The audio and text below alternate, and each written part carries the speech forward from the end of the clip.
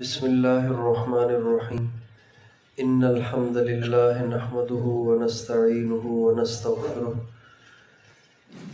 من يهده الله فلا مضل له ومن يضلل فلا هادي له وأشهد أن لا إله إلا الله وحده لا شريك له وأشهد أن سيدنا ونبينا وحبيبنا وشفيعنا وقرة أعيننا محمدا عبده ورسوله صلی اللہ تبارک و تعالی علیہ وعلى آلہ وأصحابہ وأزواجہ وذریتہ وبارک وسلم تسلیما کثیرا اما بعد فاعوذ باللہ من الشیطان الرجیم بسم اللہ الرحمن الرحیم یا ایہا الذین آمنوا من يرتد منکم عن دینہ فسوف يأتي الله بقوم يحبهم ويحبونه أذلة على المؤمنين أعزة على الكافرين يجاهدون في سبيل الله ولا يخافون لومة لائم ذلك فضل الله يؤتيه من يشاء والله واسع عليم وقال تعالى النبي أولى بالمؤمنين من أنفسهم وأزواجه أمهاتهم وقال النبي صلى الله عليه وسلم لا يؤمن أحدكم حتى أكون أحب إليه من والده وولده والناس أجمعين سبحان ربك رب العزة عما يصفون وسلام على المرسلين والحمد لله رب العالمين اللهم صل على سيدنا محمد وعلى آلہ وأصحابہ فی الأولین وصل على سیدنا محمد وآلہ وصحبہ فی الآخرین وصل على سیدنا محمد وآلہ فی کل وقت وحین۔ میرے محترم دوستوں اور بزرگوں اور بھائیوں، اللہ تعالیٰ قرآن پاک میں فرماتے ہیں فَأَلْهَمَهَا فُجُورَهَا وَتَقْوَاهَا، اور فجورہا کو مقدم فرمایا، تقویٰ کو مؤخر فرمایا۔ اس سے اس بات کا پتہ چلتا ہے کہ انسان کی طبیعت میں فجور تو رہتا ہی ہے، تقویٰ کے لیے اسے محنت کرنا پڑتی ہے، وہ بعد میں پیدا ہوتا ہے۔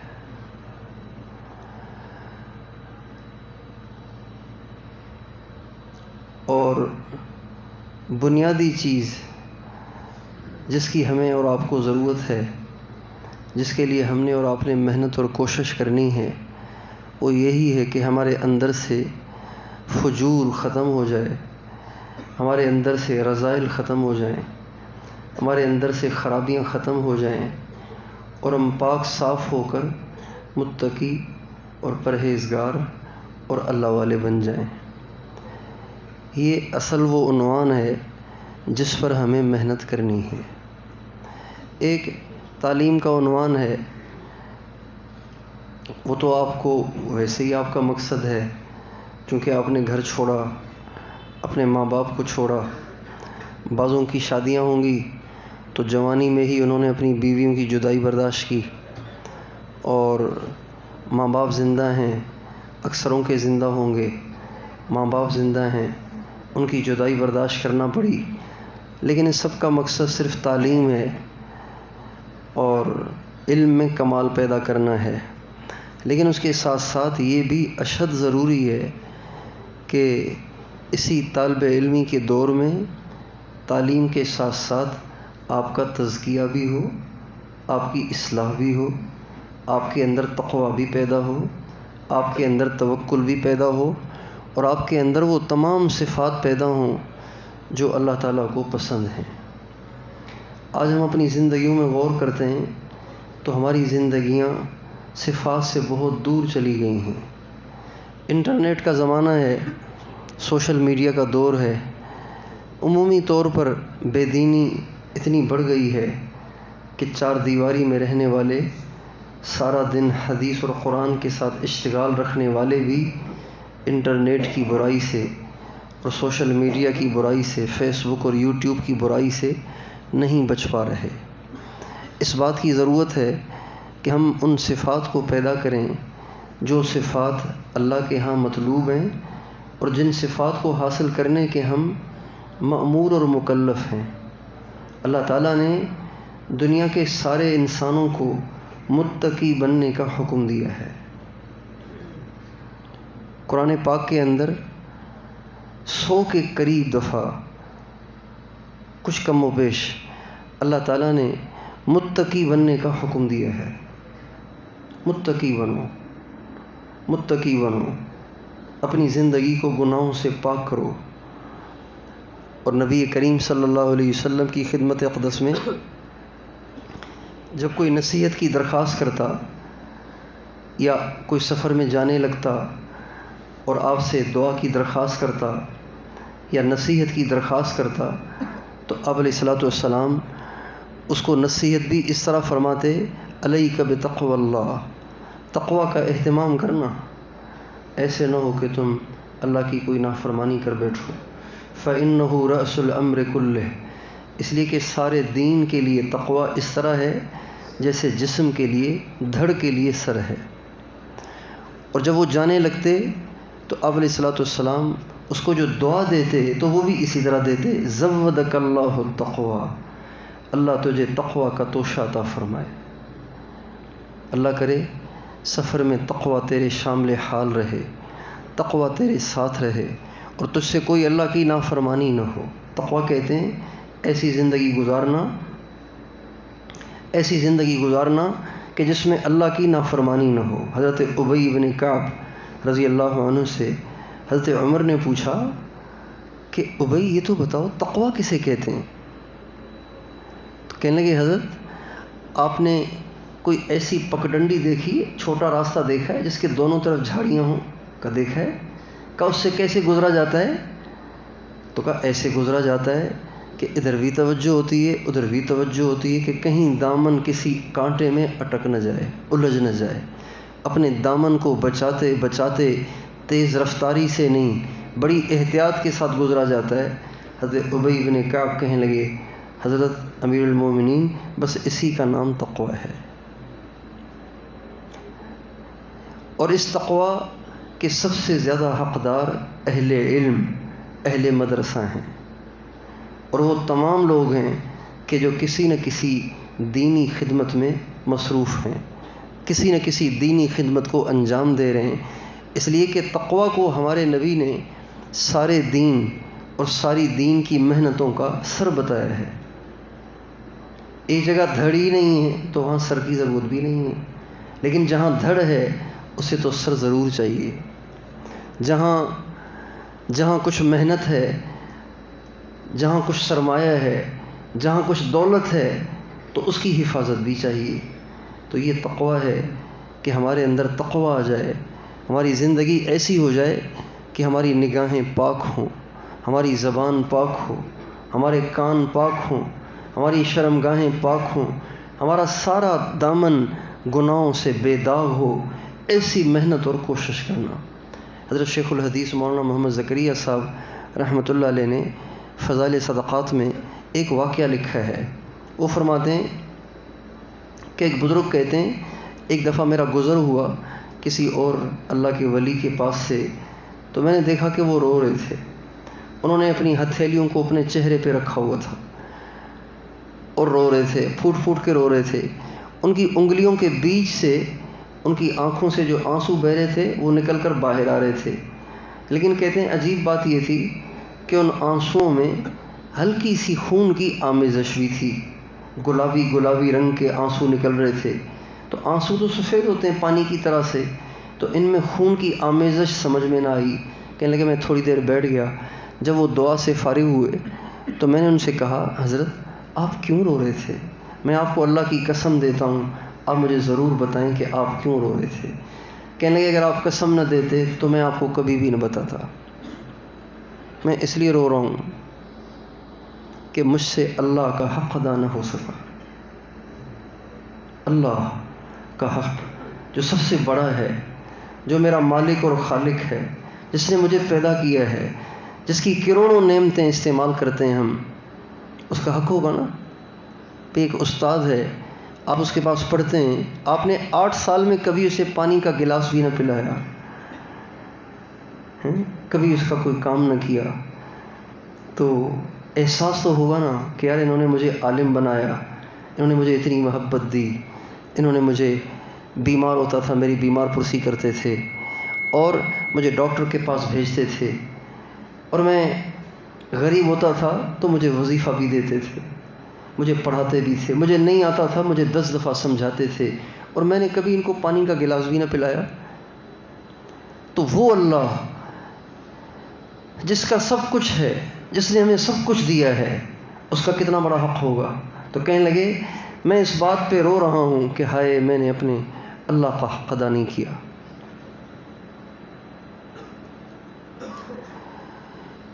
تو انہوں نے پوچھا کہ پھر خون، آپ کے آنسوؤں میں خون کی آمیزش کیوں تھی؟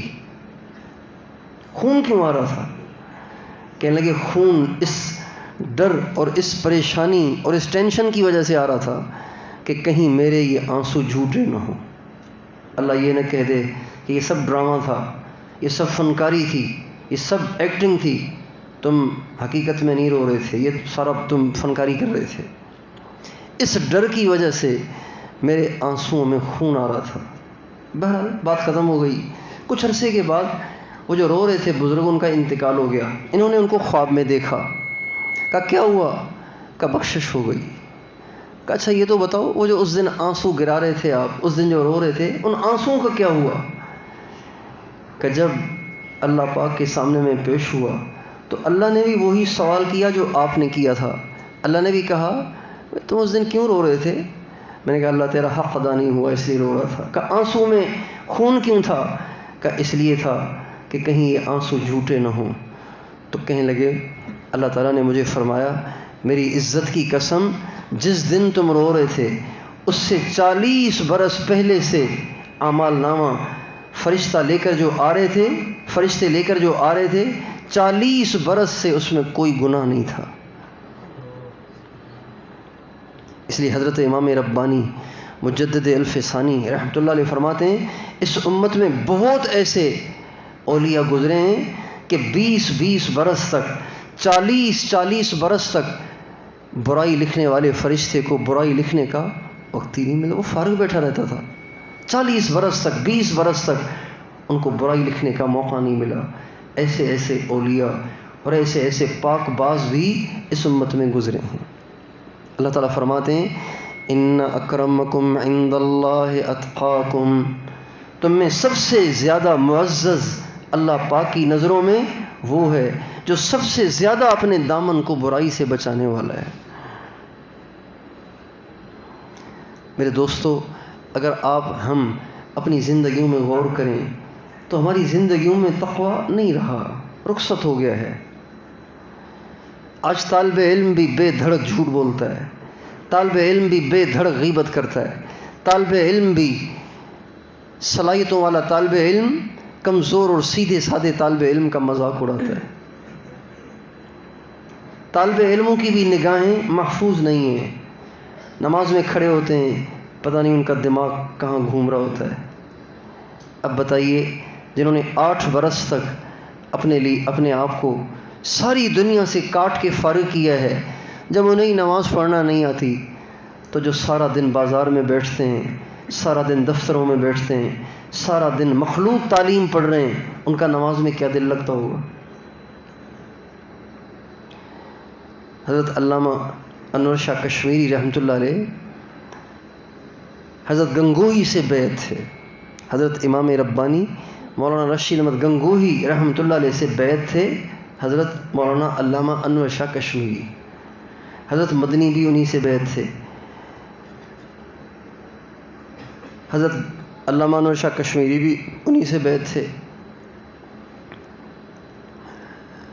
تو حضرت مولانا خلیل احمد سہارنپوری بھی انہی سے بیعت تھے، حضرت شیخ الہند مولانا محمود حسن رحمۃ اللہ علیہ وہ بھی انہی سے بیعت تھے، حضرت شاہ عبد الرحیم رائے پوری رحمۃ اللہ علیہ وہ بھی انہی سے بیعت تھے، مولانا الیاس صاحب رحمۃ اللہ علیہ جو تبلیغ کے بانی ہیں، تبلیغ کے مجدد ہیں، انہوں نے بھی ابتدا میں انہی سے بیعت کی تھی، حضرت مولانا یحییٰ کاندھلوی، حضرت شیخ الحدیث قطب الاقطاب مولانا محمد زکریا صاحب رحمۃ اللہ علیہ کے والد گرامی وہ بھی انہی سے بیعت تھے. تو علامہ انور شاہ کشمیری رحمۃ اللہ علیہ نے حضرت گنگوہی سے کہا حضرت دعا تو کر دیں کہ اللہ نماز پڑھنا سکھا دے. دعا تو کر دیں اللہ نماز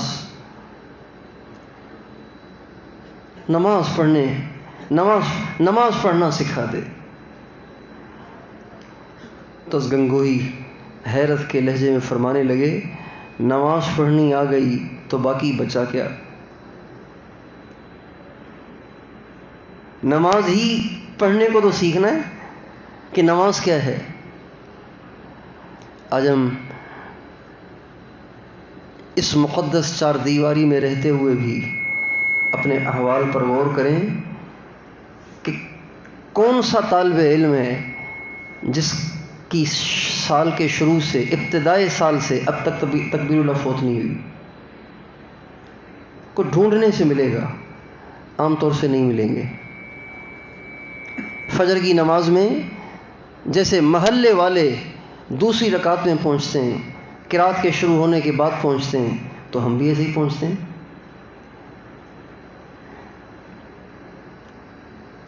اور ساری دنیا مدارس کی دشمن ہوئی ہے. تو ساری دنیا جو مدارس کے خلاف پروپیگنڈے کرتی ہے، منصوبے بناتی ہے، سازشیں اور اسکیمیں بناتے ہیں، تو وہ کوئی نئی بات نہیں ہے، یہ ہمیشہ سے ہوتا رہا ہے. لیکن آج کل ڈر اس لیے لگتا ہے کہ ہم مدرسے والوں کا بھی حال نہیں ہے، اس لیے کہ اللہ تعالیٰ حفاظت کرتا ہے، مخالفین کی اسکیموں کو فیل کرتا ہے تقویٰ کی وجہ سے. اور اگر ہم میں تقویٰ نہ ہوا تو ہمارے نعروں سے ہمارے مدارس بچ تھوڑی جائیں گے. جو باطل کی اسکیمیں ہیں وہ کامیاب ہو جائیں گی، نافذ ہو جائیں گی، اگر مدرسوں میں ہم پڑھنے والوں کو تقویٰ نصیب نہ ہوا، اگر ہمارے اندر اللہ کا تعلق، اللہ پر توکل، اللہ سے محبت، نبی کریم صلی اللہ علیہ وسلم سے شدت کے درجے میں، انتہائی درجے میں محبت. دیکھیں محبت کا ایک درجہ یہ ہے کہ اگر کوئی ہمارے نبی کی شان میں گستاخی کرے تو ہم ایک دم بپھر جائیں، یہ محبت کا ایک درجہ ہے. لیکن یہ کافی نہیں ہے، یہ انتہائی ادنا درجہ ہے. اور اعلیٰ درجہ کیا ہے؟ اعلیٰ درجہ یہ ہے کہ ہماری زندگی کے کسی کام میں ہماری مرضی نہ رہے، بلکہ ہر کام میں ہمیں اس بات کی تلاش رہے اس کو میرے آقا نے کیسے کیا ہے، میں بھی ایسے کروں گا.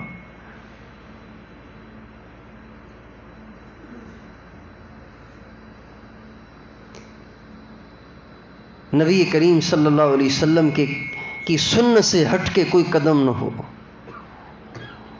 اور سچ پوچھیں جن اکابر کے ہم نام لیوا ہیں وہ سب کے سب ایسے ہی تھے. جن اکابر کے نام آپ کتابوں میں پڑھتے ہیں اور جن اکابر کے فیض یافتہ لوگوں کو اس وقت کے ہم اولیاء سمجھتے ہیں وہ سب ایسے ہی تھے. حضرت نانوتوی، حضرت گنگوہی، حضرت تھانوی، حضرت مدنی، حضرت شیخ الہند، حضرت سہارنپوری، حضرت شیخ الحدیث، حضرت مولانا الیاس صاحب، حضرت شاہ عبد القادر رائے پوری، حضرت شاہ عبد الرحیم رائے پوری، حضرت مولانا احمد علی لاہوری، حضرت سید عطا اللہ شاہ بخاری، یہ سب کے سب ایسے ہی تھے.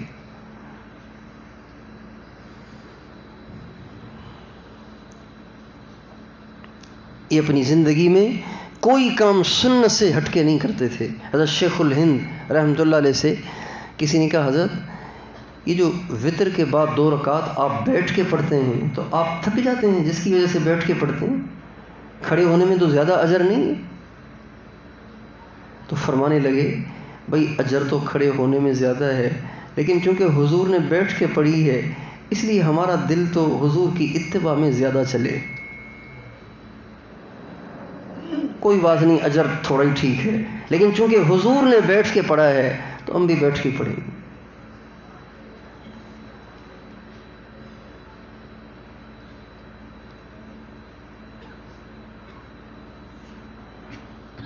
ہمارے حضرت شیخ الاسلام مولانا سید حسین احمد مدنی رحمۃ اللہ علیہ کا معمول تھا کہ ہمیشہ فجر کی نماز میں جمعے کی فجر کی نماز میں سورہ دہر اور الف لام میم سجدہ پڑھتے تھے.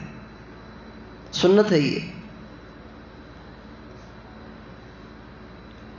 تو ایک دفعہ حضرت مدنی رحمۃ اللہ علیہ حضرت تھانوی رحمۃ اللہ علیہ سے ملنے تشریف لائے. حضرت تھانوی رحمۃ اللہ علیہ اور حضرت مدنی رحمۃ اللہ علیہ کی عمر میں 15 برس کا فرق ہے، 15 سال کا فرق ہے.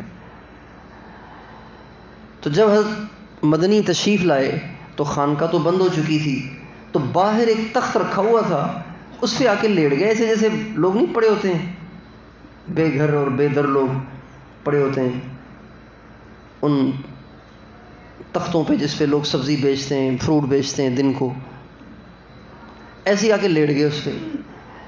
فجر سے پہلے جب حضرت تھانوی رحمۃ اللہ علیہ گھر سے خانقاہ کی طرف جانے لگے تو دیکھا کہ کوئی آدمی لیٹا ہوا ہے، اور پھر ان کو دیکھ کے اٹھ کے بیٹھ گیا.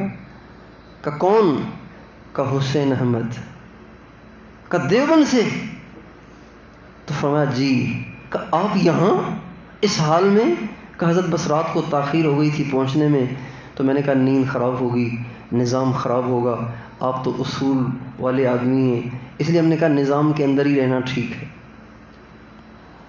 حضرت تھانوی رحمۃ اللہ علیہ حضرت مدنی کو اندر لے کر گئے اور فجر کی نماز کا وقت ہوا تو کہا حضرت فجر آپ پڑھیں.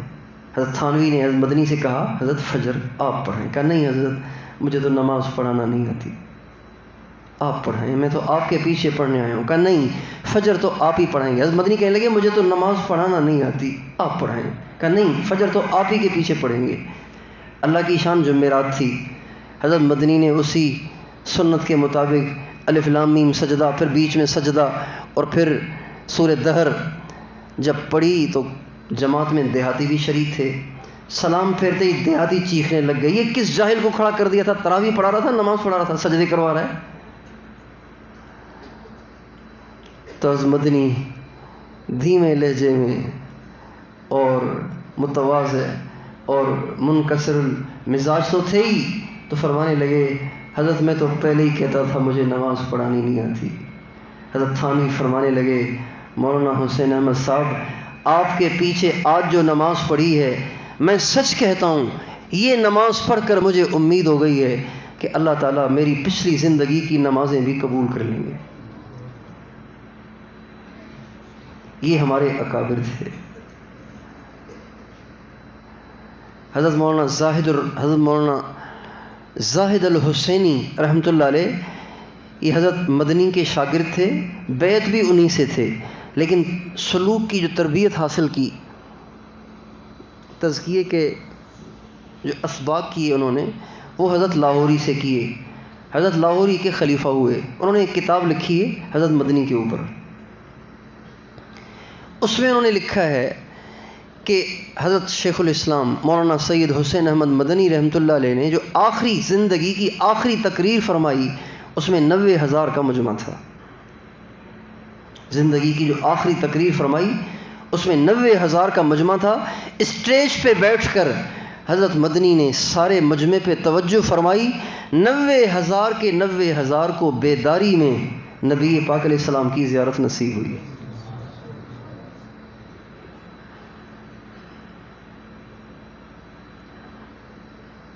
یہ ہمارے اکابر تھے. اولئک آبائی فجینی بمثلہم اذا جمعتنا یا جریر المجامع. ہم کن کے نام لیوا ہیں؟ ہمارے طالب علم کو اس کا احساس نہیں ہے کہ ہم کس کے نام لیوا ہیں، ہم کن کے بقایا جات میں شمار کیے جاتے ہیں اس کا ہمیں احساس نہیں ہے. اس لیے گپ شپ بھی چل رہی ہے، موبائل بھی چل رہا ہے، غیبتیں بھی چل رہی ہیں، لایانی بھی چل رہی ہے، اور استادوں پہ انگلیاں بھی اٹھ رہی ہیں، بے ادبیاں اور بدتمیزیاں بھی ہو رہی ہیں، اور علم بھی پڑھ رہے ہیں. اس کا نتیجہ کیا نکل رہا ہے؟ ہر سال ہزاروں کی تعداد میں علماء فارغ ہو رہے ہیں، لیکن جو روشنی ان کے ماحول میں داخل ہونے سے ہونی چاہیے وہ روشنی نہیں ہو رہی. آپ دیکھ لیجئے، ایک عالم پڑھ کر فارغ ہو تو وہ تو سورج ہے، کم از کم ستارہ ہے، اس سے ایک ملک روشن ہونا چاہیے. ملک نہیں تو صوبہ ہونا چاہیے، صوبہ نہیں تو شہر تو ہو، شہر نہیں تو گھر تو کم از کم ہو. گھر بھی نہیں ہو رہا. مجھے ایک عالم نے فون کیا، کہنے لگے ابھی میں دینی لائن میں آیا ہی نہیں تھا، ابھی مدرسے کی طرف گیا ہی نہیں تھا، تبلیغ میں وقت لگایا ہی نہیں تھا، اس وقت بھی میں نے وہ گناہ نہیں کیے جو آج میں فارغ ہونے کے بعد کر رہا ہوں. ایک دفعہ ہمارے یہاں سندھ میں ایک علاقہ ہے، دور دراز کا پہاڑی علاقہ، وہاں ایک جماعت گئی ہوئی تھی ہمارے مدرسے کے طلباء کی، تو میں ان کی نصرت کے لیے گیا. تو چلتے رہے، سڑک ختم ہو گئی، پھر کچے میں چلتے رہے، مشکلوں سے رات کو پہنچے وہاں پہ. عشاء کی تعلیم ہوئی. تعلیم کے بعد میں نے علاقے والوں سے پوچھا اس گاؤں کا کیا حال ہے، کتنے نمازی ہیں؟ کہ اللہ کا شکر ہے سب نمازی ہیں. کہا اچھا سارے نمازی کیسے ہو گئے؟ یہاں تو جماعتیں بھی نہیں آتی، تبلیغ والے بھی نہیں آتے، کوئی مدرسہ نہیں ہے یہاں پہ، سارے نمازی کیسے ہو گئے؟ کہنے لگے یہاں پہ دارالعلوم دیوبند کے ایک فاضل رہا کرتے تھے، 1982 میں ان کا انتقال ہوا اور اب 2005 تک ان کا فیض اب تک جاری ہے. ان کے اثرات ایسے تھے کہ 1982 میں انتقال کر گئے، لیکن نسلوں کو ایسی نماز کی گھٹی دے کر گئے کہ 2005 میں بھی ہماری نسل بے نمازی نہیں ہوئی. یہ دارالعلوم دیوبند کے فضلاء تھے، یہ دارالعلوم دیوبند کے فیض یافتہ تھے. ہم بھی انہی کے بقایا جات میں سے ہیں، لیکن اگر ہم اپنے گریبان میں جھانکتے ہیں تو ہمیں اپنا آپ ان کے لیے آر نظر آتا ہے، ان کے لیے داغ نظر آتا ہے، ان کے لیے دھبا نظر آتا ہے. کیا اچھا ہو کہ ہم بھی ایسا بننے کی کوشش تو کریں نا. اللہ کے خزانوں میں کوئی کمی تو نہیں ہے؟ کہ خدا کے خزانے میں ایک ہی حسین احمد تھے، دوسرا نہیں بنا سکتے وہ؟ کیا خدا کے خزانے میں ایک ہی تھانوی صاحب تھے، حکیم الامت تھے، دوسرا نہیں بنا سکتے؟ کیا خدا کے خزانے میں ایک ہی مولانا الیاس صاحب جیسے شخص بن سکتے تھے؟ مزید اللہ کے پاس خمیر نہیں ہے؟ کہ حضرت گنگوہی، حضرت نانوتوی، شاہ ولی اللہ، حضرت امام ربانی، مجدد الف ثانی، پیران پیر شیخ عبد القادر جیلانی، امام غزالی، امام رازی، مولانا روم، مولانا جامی، فرید الدین عطار، شیخ شہاب الدین سہروردی، غوث بہاؤالدین زکریا ملتانی، کیا خدا کے خزانے میں خمیر ختم ہو گیا ہے کہ ایسے اب نہیں بن سکتے؟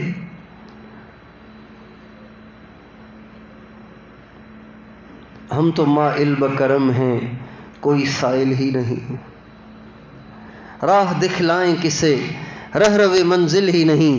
علامہ اقبال نے کہا ہے یہ، کہتے ہیں اللہ کہہ رہے ہیں میں تو کرنے کے لیے تیار بیٹھا ہوں، لیکن کوئی مانگنے بھی تو آئے نا، مانگنے والے ہی نہیں رہے. راہ دکھلائیں کسے، رہ رو منزل ہی نہیں. کس کو عارف بنائیں؟ کوئی عارف بننا چاہتا ہی نہیں، کوئی اللہ والا بننا چاہتا ہی نہیں ہے. اس لیے آپ سارے نوجوانوں سے، بچوں سے یہ درخواست ہے، جیسے عالم بن رہے ہیں آپ، ایسے ہی ولی بننے کی بھی نیت کریں، متقی بننے کی بھی نیت کریں، اللہ والا بننے کی بھی نیت کریں، تقویٰ کے اعلیٰ سے اعلیٰ مقام کو چھونے کی نیت کریں. ایسے ہی زندگی نہ گزاریں، یہ بہت قیمتی سرمایہ ہے. ایسے ہی زندگی گزر گئی تو مرنے کے بعد ہم بہت پچھتائیں گے، بہت پچھتائیں گے، بہت پچھتائیں گے. ہمارے نبی کا ارشاد ہے جنت میں جانے کے بعد بھی ایک حسرت رہے گی جنت والوں کو کہ ہائے افسوس، وہ گھڑیاں جن میں اللہ کو یاد نہ کیا وہ ایسے کیوں گزر گئیں. وہ بھی اللہ کو یاد کرتے کتنا اچھا ہوتا، کتنے بڑے بڑے انعامات ملتے.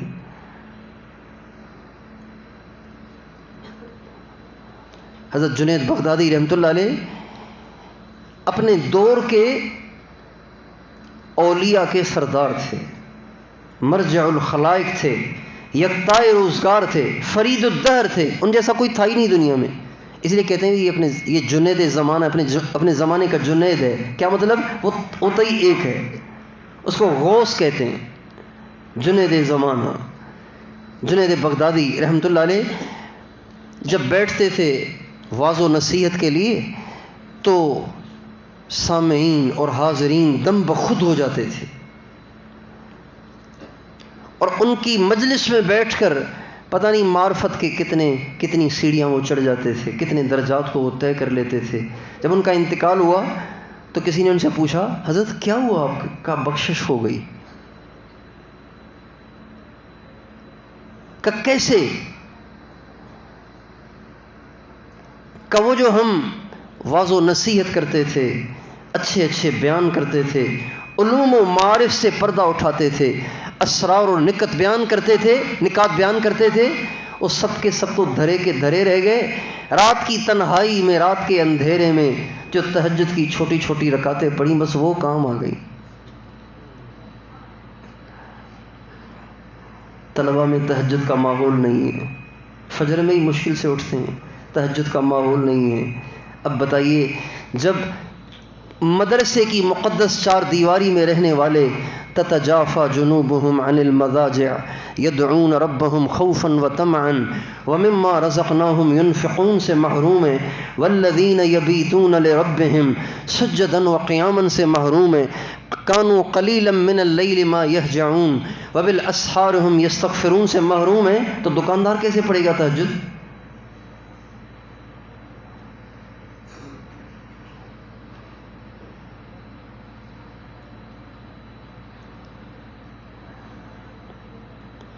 تہجد طالب علم کے لیے ضروری ہے، اس کو نفل نہ سمجھیں، طالب علم کے لیے ضروری ہے۔ اس کا ایسے اہتمام کریں جیسے سنت موقدہ کا اہتمام کیا جاتا ہے، ایسے اہتمام کریں جیسے فرائض کا اہتمام، یہ ہمارے مشائخ نے لکھا ہے۔ اس کو نفل نماز سمجھ کر چھوڑ نہ دیں۔ لولا ان اشق علی امتی، اگر میری امت پر مشقت کا خوف نہ ہوتا میں ان پہ تہجد کو فرض کر دیتا، واجب کر دیتا۔ آپ خود ہی سمجھ جائیں نا کہ ہمارے آقا کی اس سے کیا منشا ہے، کہ کس درجے کا اہتمام چاہیے اس کے لیے۔ اس حدیث سے کیا ثابت ہوتا ہے کہ کس درجے کا اہتمام چاہیے اس کے لیے۔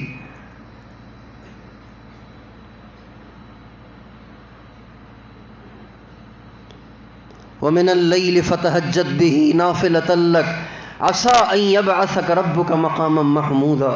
اللہ اکبر۔ میرے نبی، آپ تہجد پڑھیں، اس کی برکت سے اللہ آپ کو مقام محمود پہ پہنچائے گا۔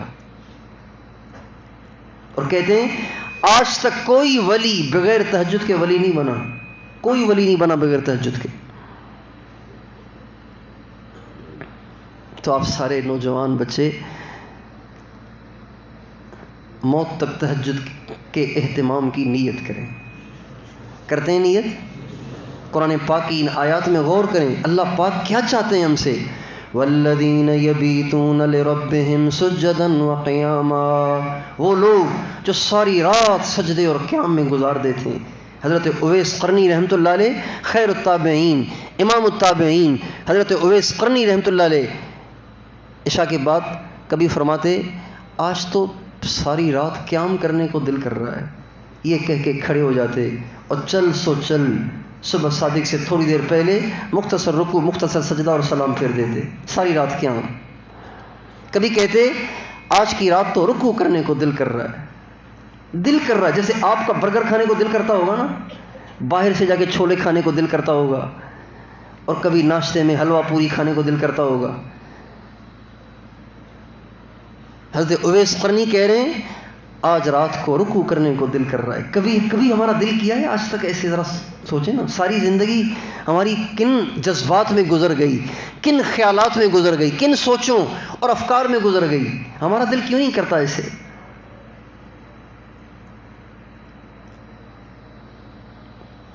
یہ وہ پاکیزہ جذبات ہیں جس کے سب سے زیادہ حقدار آپ ہیں۔ یہ آپ کی وراثت ہے، یہ آپ کا طریقہ ہے، اس کو آپ نے حاصل کرنا ہے۔ اور بھائیوں، یہ دولتیں اہل اللہ کی صحبت کے بغیر حاصل نہیں ہوتی، یہ بات طے شدہ ہے، یہ بات ایسی پکی اور ٹھکی ہے جیسے 2 + 2 = 4 بات پکی ٹھکی ہے اور محقق اور مدلل ہے۔ بالکل اسی طرح سے یہ صفات اہل اللہ کی صحبت کے بغیر نہیں آتی اور نہیں آئیں گی۔ آپ کے جتنے اکابر ہیں جن کے آپ نام لیوا ہیں وہ سب کے سب ان درجات کو کسی صاحب نسبت کی صحبت سے پہنچے، اس کے بغیر نہیں پہنچے۔ چند کے تو میں نے نام بتا دیے نا آپ کو۔ حضرت مولانا قاسم صاحب، حضرت مولانا رشید احمد گنگوہی اساتین علم تھے۔ حضرت تھانوی رحمۃ اللہ علیہ فرماتے ہیں لوگ کہتے ہیں کہ مدارس سے آج کل غزالی اور رازی جیسے لوگ کیوں نہیں نکل رہے؟ میں ان سے کہتا ہوں کون کہتا ہے کہ آج بھی مدارس سے رازی اور غزالی جیسے نہیں نکل رہے؟ کیا حضرت مولانا محمد قاسم صاحب، کیا حضرت مولانا رشید احمد گنگوہی، کیا امام غزالی اور امام رازی سے کچھ کم ہیں؟ بلکہ میں کہتا ہوں بعض جزیات میں ان سے بھی بڑھے ہوئے ہیں۔ یہ حضرت تھانوی کہتے ہیں۔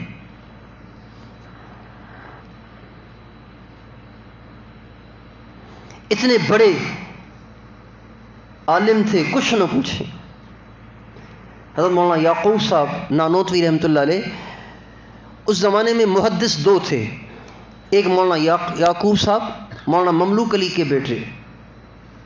مولانا مملوک علی وہ ہیں جن کو استاد الکل کہتے ہیں۔ حضرت گنگوہی، حضرت تھانوی، حضرت گنگوہی، حضرت نانوتوی نے سارا درس نظامی سوائے حدیث کے ان سے پڑھا، یہ ان کے بیٹے ہیں۔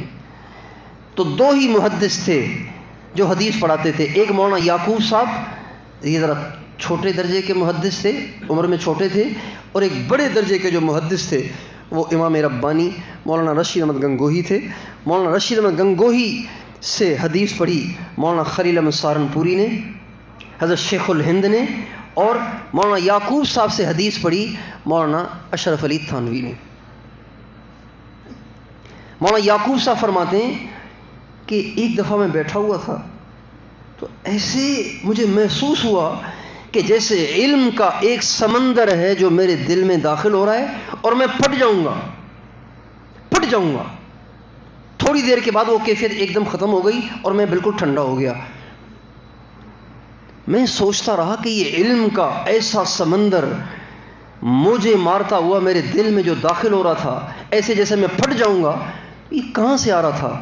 معلوم ہوا کہ حضرت نانوتوی اس وقت جہاں کہیں تھے وہیں میرے دل کی طرف، میرے قلب کی طرف متوجہ ہوئے تھے۔ بتائیے جن کے غائبانہ توجہ میں وہ تاثیر ہے کہ مولانا یعقوب صاحب کا دل پھٹا جا رہا ہے، تو وہ اپنے اندر کیا لیے ہوئے بیٹھے ہوں گے؟ ان کے اپنے اندر کا کیا حال ہوگا؟ اس لیے حضرت مولانا قاسم صاحب، حضرت مولانا رشید احمد گنگوہی، ان کے جو پیر تھے نا سید الطائفہ حضرت حاجی امداد اللہ صاحب مہاجر مکی رحمۃ اللہ علیہ، وہ فرمایا کرتے تھے او بھائی مولوی قاسم صاحب اور مولوی رشید احمد صاحب جیسے لوگ تو صدیوں میں پیدا ہوتے ہیں، جلدی جلدی پیدا نہیں ہوتے۔ پہلے زمانے میں ہوتے تھے، آج کل نہیں ہو رہے، یہ ان کے پیر کہتے تھے۔ ادھر سے فارغ ہوئے ادھر سیدھے پہنچے ان کے پاس جو ضابطے کے عالم بھی نہیں تھے، درس نظامی پورا پڑھے ہوئے بھی نہیں تھے، کافیہ میں پڑھائی چھوڑ دی تھی حضرت حاجی امداد اللہ صاحب نے۔ دونوں حضرات ان کے پاس پہنچ گئے اور بیعت ہوئے، اور پھر خود کہتے ہیں جو کچھ ملا انہی کی صحبت سے ملا، جو کچھ حاصل ہوا انہی کی صحبت سے حاصل ہوا۔ تو بتائیے حضرت نانوتوی، حضرت گنگوہی جیسے کو اگر حضرت حاجی صاحب کے سہارے کی ضرورت ہے اور اس کے بغیر وہ کچھ نہیں ہے، تو بتائیے مجھے اور آپ کو کتنی ضرورت ہے جو انٹرنیٹ میں مبتلا ہو گئے،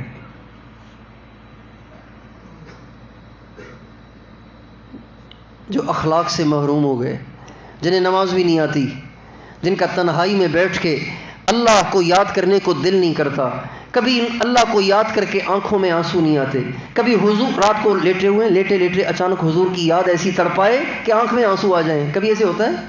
کیوں نہیں ہوتا؟ ہونا چاہیے۔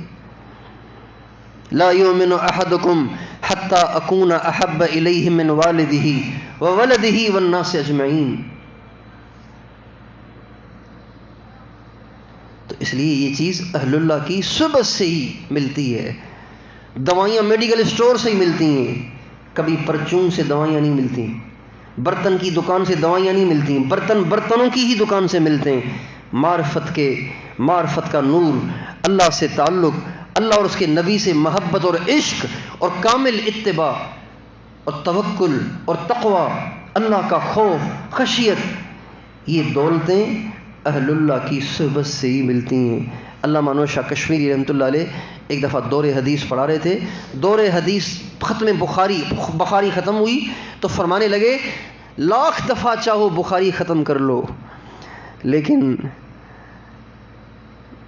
حقیقی معنی میں تو انسان تب بنو گے جب کسی اللہ والے کی جوتیاں سیدھی کرو گے۔ یہ علامہ انور شاہ کشمیری رحمۃ اللہ علیہ فرمانے لگے۔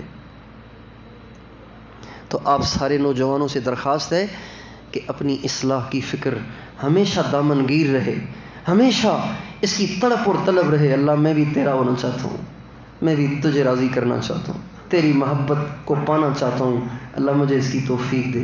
اور پھر اس کے لیے ایسا آدمی ڈھونڈیں اللہ تک پہنچا دے۔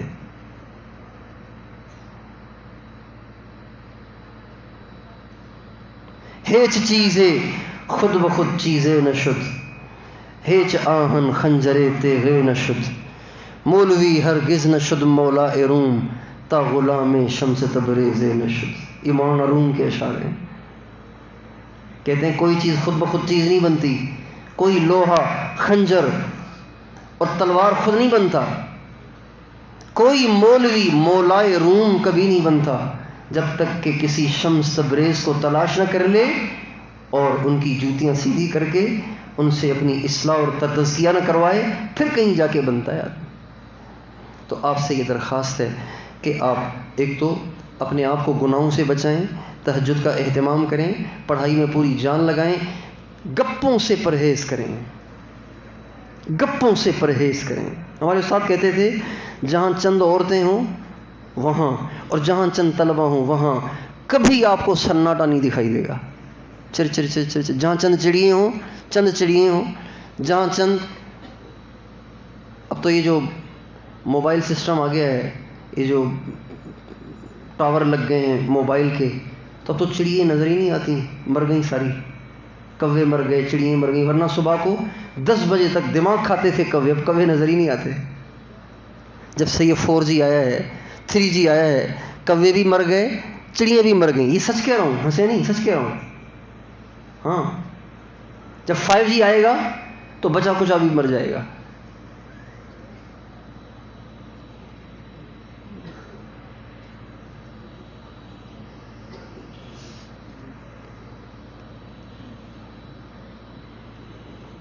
چند طلبہ کہیں ہوں، چند عورتیں کہیں ہوں، چند چڑیاں کہیں ہوں، خاموشی نہیں ہو سکتی۔ جبکہ صحابہ کے بارے میں احادیث میں کیا ہے کہ صحابہ کی مجالس کیسی سناٹا ہوتا تھا۔ اللہ تعالی ہمیں بھی اس کی توفیق دے کہ لایانی سے بچیں، باتونی بننے سے بچیں۔ ہمارے نبی باتونی نہیں تھے، طویل الصمت لا یتکلم فی غیر حاجہ، بغیر ضرورت کے بات نہیں کرتے تھے۔ کلامہ فصل لا فضول ولا تقصیر، آپ کا کلام فیصلہ کن ہوتا تھا، ایک لفظ بھی اس میں زیادہ نہیں ہوتا تھا، اور آپ کا کلام اتنا مختصر بھی نہیں ہوتا تھا کہ لوگ سوچتے ہی رہیں کہ کیا کہا۔ تو کم بولنے کی مشق کریں، نظر کو ہر وقت جھکائے رکھیں۔ ہمارے نبی کی عادت شریفہ تھی خافض الطرف نظرہ الی الارض اطول من نظرہ الی السماء، آپ کی نظر ہر وقت جھکی رہتی تھی۔ نظر کو جھکانے کی عادت ڈالیں، زبان کو بند رکھنے کی عادت ڈالیں، اللہ کی یاد میں اپنے دل کو مشغول رکھیں، ہر وقت اپنی پڑھائی اور مقصد میں لگے رہیں، تہجد کا اہتمام کریں، کسی گناہ کے قریب نہ جائیں، اساتذہ کا ادب کریں، کتابوں کا ادب کریں، تپائی کا ادب کریں، کاغذ کا ادب کریں، قلم کا ادب کریں۔ حضرت امام ربانی مجدد الف ثانی رحمۃ اللہ علیہ کچھ لکھ رہے تھے، لکھتے لکھتے پیشاب کی حاجت ہوئی تو سیاہی تھوڑی سی نا انگلی پہ لگی رہ گئی، بیت الخلاء میں داخل ہوئے، اچانک نظر پڑی کہ سیاہی لگی ہوئی ہے، فوراً باہر تشریف لائے، اس سیاہی کو صاف کیا، پھر اندر گئے۔ کسی نے پوچھا تو فرمانے لگے آل علم ہے نا، سیاہی آل علم ہے، اس لیے اس کو بیت الخلاء میں لے جانا مجھے بے ادبی معلوم ہوا۔ امام اعظم ابو حنیفہ رحمۃ اللہ علیہ نے ساری زندگی اس محلے کی طرف پاؤں نہیں پھیلائے جس محلے میں ان کے استاد حماد رہتے تھے۔ میں مدرسے میں داخل ہوا، نیا ہم کالج میں پڑھتے تھے تو دین سے ناآشنائی تھی، تبلیغ میں لگے تو تھوڑا سا دین کا شوق پیدا ہوا تو کالج چھوڑ کے مدرسے میں چلے گئے. اب میں مدرسے میں داخل ہوا. ایک دن مسجد کی چھت پہ سائبان پر دسترخوان لگتا تھا. طلبہ تھوڑے سے ہوتے تھے تو میں ناشتہ کر رہا تھا. تو ناشتہ کرتے ہوئے اچانک مجھے ایسا زور کا مکہ پڑا کہ سانس رک گیا. ایسا زور کا مکہ پڑا پیچھے سے. تو ایک دفعہ تو سر چکرا گیا, آنکھوں کے سامنے اندھیرا آ گیا. تھوڑی دیر کے بعد جب افاقہ ہوا تو میں نے پیچھے مڑ کے دیکھا تو ایک لمبا تڑنگا عرب کھڑا ہوا تھا. سلطان محمد بن سلطان نام تھا اس کا, عرب, عمان کا, لمبا چوڑا, پوری قوت سے اس نے مکہ مارا. میں دبلا پتلا آدمی, تو چکرا گیا, اندھیرا آ گیا. تو میں نے اس کی طرف دیکھا تو اس نے مولانا جمشید صاحب کی طرف انگلی کی. استاد کو پیٹھ کی ہے, اس کے حکم سے لگایا ہے. استاد کو پیٹھ کی ہے, ان کے حکم سے لگایا یہ مکہ میں نے. تو مکہ ایسا اثر انداز ہوا کہ اللہ کے کرم سے آج تک کبھی استاد کو پیٹھ نہیں کی.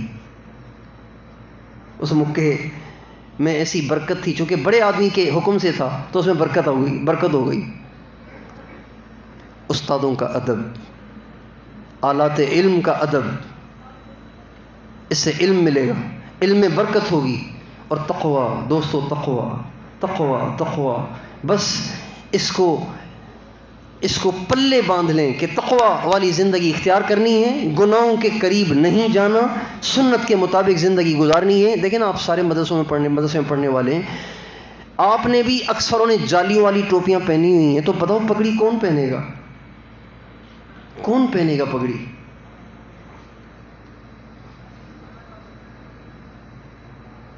آپ کسی کالج میں جا کر, کسی یونیورسٹی میں جا کے کہہ سکتے ہیں, ترغیب دے سکتے ہیں کہ بھائی پگڑی باندھا کرو. تم مدرسے میں بیٹھ کے نہیں باندھے تو ہمیں کہہ رہے ہو کہ لڑکیوں کے ساتھ بیٹھ کے پگڑی باندھو. ہم کیسے باندھیں گے بھائی؟ اس لیے اس وقت ہمارے پاس نبی کریم صلی اللہ علیہ وسلم کا تعارف کرانے کے لیے نمونہ نہیں ہے, لٹریچر ہے. آپ جاننا چاہتے ہیں کہ حضور کون ہے؟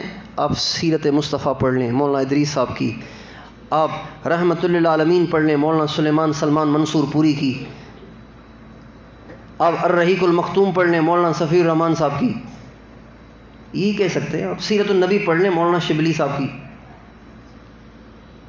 سیرت خاتم الانبیاء پڑھ لیں مفتی شفیع صاحب کی. یہ کہہ سکتے ہیں. یہ تو نہیں کہہ سکتے بھئی ہم بھی اسی کی کوشش کر رہے ہیں, آپ ہمیں ہی دیکھ لیں. تو اس لیے آپ سارے نوجوانوں سے درخواست ہے, پگڑیاں باندھو. علیکم بالعمائم, حدیث میں آتا ہے. تو کون کون پگڑیاں باندھیں گے انشاءاللہ؟ پکی بات ہے نا؟ ہاں پگڑی باندھو یار, پگڑی باندھو. سنت کے روپ میں ایسے ڈھل جاؤ کہ دیکھنے والا کہے کہ یہ کوئی فرشتوں کا مدرسہ ہے. یقین جانیے پگڑی میں بڑی جاذبیت ہے. آپ کے اپنے مسلمان مذاق اڑائیں گے, لیکن آپ باہر نکل کر دیکھیں, دنیا کو جا کے یہ روپ دکھائیں تو دنیا ایسے کھنچتی ہے کچھ نہ پوچھو. ایسے کھنچتے ہیں دل لوگوں کے کچھ نہ پوچھیں.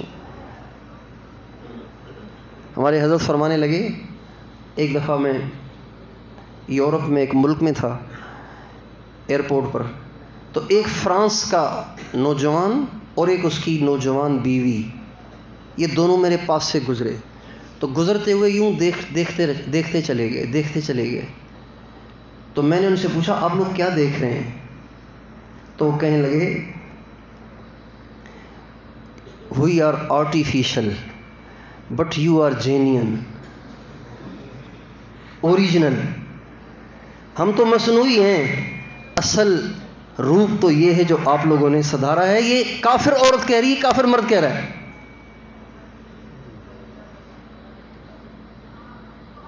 ہم لوگ ایک ملک میں گئے, وہاں پہ 99% غیر مسلم تھے. اب وہ تبلیغ والے دعوت دیتے ہیں صرف مسلمانوں کو, کافروں کو نہیں دیتے. اس میں بھی ایک حکمت ہے جو ہمارے مشائخ کے نزدیک, جو ان کے نزدیک جو حکمت ہے اس کی بنیاد پہ یہ اصول بنایا گیا ہے. تو اب ہم کیا کرتے تھے کہ بھئی اب مسلمان کو ڈھونڈنا پڑتا تھا, باقی ساتھی کیا کریں, تو بس ہم 2 کی جوڑیاں بن کے اس روپ میں، سفید کپڑے، سفید پگڑیاں، گردنیں جھکی ہوئی، ہاتھ میں تسبیح، بس بازاروں میں اور سڑکوں پہ گھومتے تھے۔ تو میں کیا بتاؤں آپ کو، کتنے نوجوان لڑکے اور لڑکیاں صرف اس روپ کو دیکھ کر ہمارے پاس آتے اور کلمہ پڑھتے۔ ایک نوجوان کرسچن لڑکی کہنے لگی کہ یو آر لائک جیسس، آپ تو حضرت عیسیٰ علیہ السلام جیسے، ان جیسے لگ رہے ہیں، کہیں آپ وہ تو نہیں؟ میں نے کہا نہیں، ہم وہ نہیں ہیں، لیکن ان جیسا روپ ہمارا ضرور ہے، اس لیے کہ وہ بھی مسلم تھے، ہم بھی مسلم ہیں۔ تو وہ کلمہ پڑھ کے مسلمان ہو گئی، شراب چھوڑ دی، زنا چھوڑ دیا، ہر چیز چھوڑ دی۔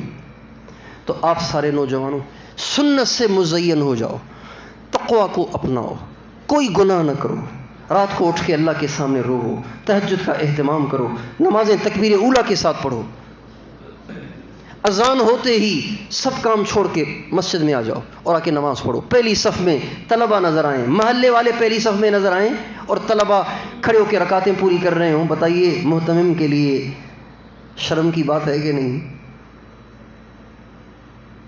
تکبیر اولیٰ سے نمازیں پڑھو۔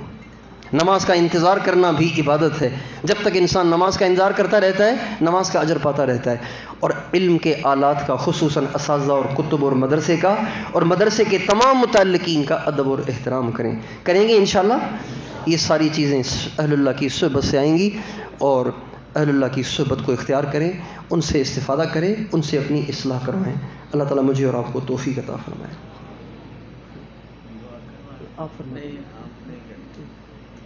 لا الہ الا انت سبحانک انی کنت من الظالمین۔ اللہم صلی علی سیدنا محمد وعلی آل سیدنا محمد وبارک وسلم۔ اے اللہ، اے کریم آقا، ہم تیرے گناہ گار خطا کار گناہوں میں ڈوبے ہوئے اپنی زندگیاں گناہوں میں برباد کر بیٹھے۔ اے اللہ، ہم تو سمجھ رہے تھے کہ ہم بڑے نیک ہیں، لیکن اے اللہ جب ہم نے بصیرت کی اینک لگا کر اپنے گریبان میں جھانکا، اے اللہ ہم تو بہت گندے ہوئے پڑے ہیں، ہمارا سارا وجود ناپاک ہوا پڑا ہے، ہماری نگاہیں بھی آوارہ ہیں، ہمارے کان بھی ناپاک ہیں، ہماری زبانیں بے قابو ہیں۔ اے اللہ ہم ہر طرف سے فتنوں میں گھرے ہوئے ہیں۔ اے اللہ انٹرنیٹ کا زمانہ ہے، فیس بک اور یوٹیوب کا زمانہ ہے۔ اے اللہ مدرسوں کی چار دیواریاں بھی ان بدماشیوں سے محفوظ نہ رہ سکیں۔ اے مالک الملک، ہم اپنی پچھلی زندگی پہ توبہ طائب ہو کر آج تیرے سامنے یہ عزم کرتے ہیں کہ اب ہم تجھے راضی کریں گے اور تیرے بن کے رہیں گے۔ اے اللہ تو ہمارے لیے متقی بننا آسان کر دے۔ اے اللہ جس چیز کو تو آسان کر دیتا ہے اے اللہ وہ بہت آسان ہو جاتی ہے۔ اے اللہ ہمارے لیے تقویٰ کو آسان کر دے، توکل کو آسان کر دے، راتوں کا اٹھنا آسان کر دے۔ اے اللہ تیری یاد میں ہر وقت رہنا، اے اللہ تیری یاد میں گم رہنا، اے اللہ تیری یاد میں کھوئے رہنا اے اللہ ہمارے لیے آسان کر دے۔ اے اللہ ہماری زبان کو اپنے محبوب کے طریقے پر اکثر خاموش رہنے والا بنا دے۔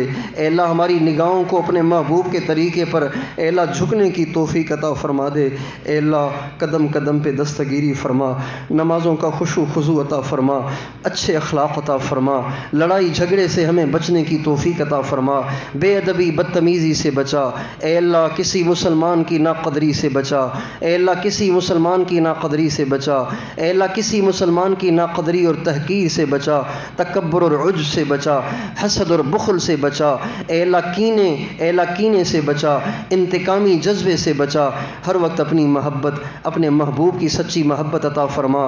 اے اللہ یہ اتنے سارے نوجوان اپنی ماؤں سے دور ہیں، اے اللہ اپنے باپ سے دور ہیں، چھوٹے بھائی بہنوں سے دور ہیں، اے اللہ اپنے گلی کے دوستوں سے دور ہیں، اے اللہ یہ ساری دنیا سے کٹ کر اس چار دیواری میں تیرے بننے کے لیے آ پڑے ہیں، لیکن اے اللہ شیطان ان کے ساتھ لگا ہوا ہے۔ اے مالک الملک ان کو شیطان کے شرور سے محفوظ فرما، ان سب کو اپنا کامل ولی بنا۔ اے اللہ جیسے تو نے حضرت مدنی کو نوازا، حضرت گنگوئی کو نوازا، حضرت نانوتوی کو نوازا، حضرت تھانوی کو نوازا، اے اللہ ان کو بھی نواز دے، ان میں سے کسی ایک کو بھی محروم نہ فرما، سب کو ہدایت کا سورج بنا، اے اللہ سب کو علم کا منارہ بنا، اے اللہ سب کو تقویٰ کا پیکر بنا، عشق اور محبت کا پیکر بنا۔ اے اللہ ان کے طفیل مجھ نکمے پہ بھی رحم فرما۔ اے اللہ اس مدرسے کو دن دگنی رات چگنی ترقی عطا فرما۔